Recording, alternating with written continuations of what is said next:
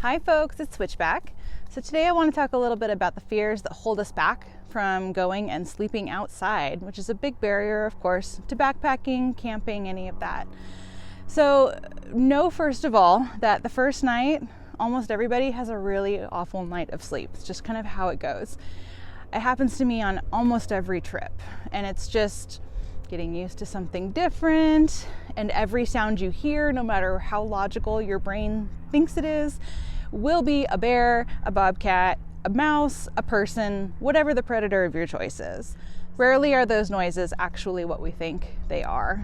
So in my experience, I've heard deer, I've heard an otter, but of course in my head, both of those were a bear. So a couple of general ideas to help minimize the sounds around you.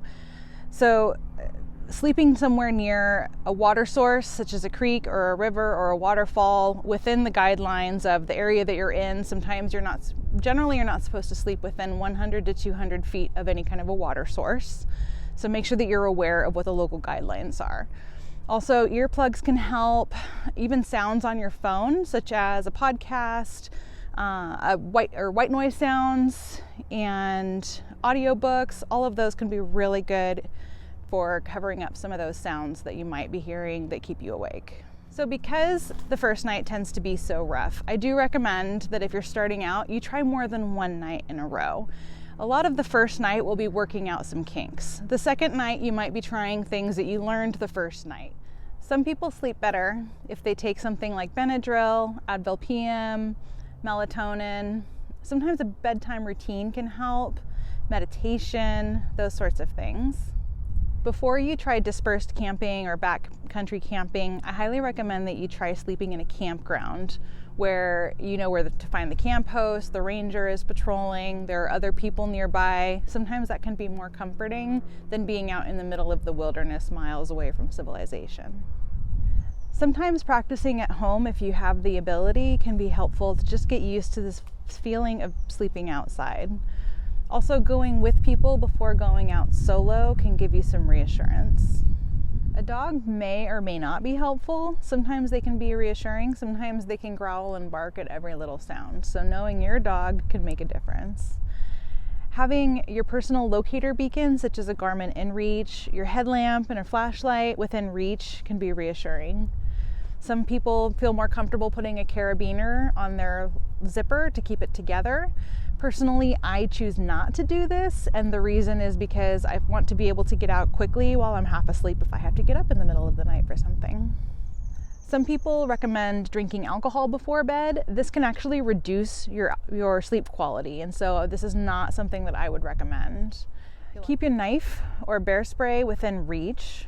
Some people keep a pee bottle or pee jar in their tent to keep them from having to get up at night. Try a night hike with a good headlamp and good flashlights, backup lighting with you so that you can get used to the sounds and the appearance of how things are at dark. For some people, being able to see what's going on around them is helpful, and for some, that's actually more scary. And so it's important that you choose a shelter that's appropriate for you considering these options. So a tent versus cowboy camping will make a big difference depending on which of those work better for you. Try camping out at first in a place with good cell reception for the sake of emergency situations. Many of the GPS apps actually have overlays that show you what the cell coverage is on those maps. So you can choose Verizon, AT&T, etc., and see what the reception looks like in that area. A whistle or a handheld alarm may scare anyone or anything off that you need. Just be aware that this may disturb other campers if you're in a campground. So specific fears will vary from person to person. Some people are afraid primarily of other people on the trail. Realize that it is exceedingly rare for a person to go out into the wilderness seeking to harm someone else. You have a higher risk of being injured on your way to the trailhead in a car accident or walking down the street in a town than you do being on the trail. Every so often we do hear about stories about someone being harmed along a long trail. Usually it's a long trail, and those are stories because they're rare. It's also exceedingly rare for someone to go into a campground looking to harm someone. Thankfully, there are usually enough other people around, including camp hosts and rangers, to keep people away. Some people's primary fear is about animals, and this is at the top of my personal list. And so I highly recommend sitting while dusk is falling and just listening and observing for what sounds are being made by what. I've learned that usually crunching leaves and sticks being stepped on are from deer and usually not from bears. Realistically, very few animals attack a person sleeping outside, whether they're in a tent or not. Some people want to hear if a bear messes with their bear canister. A bear canister's purpose is to teach a bear not to mess with people's food because it's not worth the effort. And so there are mixed reports on whether this is an effective method or not. Some people like to set pots and pans on their canister so that they can scare off a bear. The other research that I've done has said that the first time that a bear encounters a bear canister, they'll try for an hour to open it up. The second time that they encounter one, they'll try for 5 minutes. And then the next time, they'll just keep walking by. It's important to go in armed with knowledge. So what animals are actually in the area? And what are the guidelines for what you're supposed to do should one actually enter your camp? Reduce any items that might attract animals, and that can include unscented lotions, toothpaste, toothbrush. I learned the hard way that a shirt over a branch can attract deer that will lick it like it's a salt lick all night long.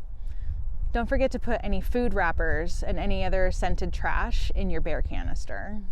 It's not common for a lot of bugs to get into your tent, but usually the ones that do are attracted to lighting. So anytime that you're opening your zipper, I recommend turning off your flashlight or your headlamp to reduce the risk of bugs getting into your tent. If you're afraid of being cold, it's important to be aware of what the weather reports are before you go where you're going and plan accordingly.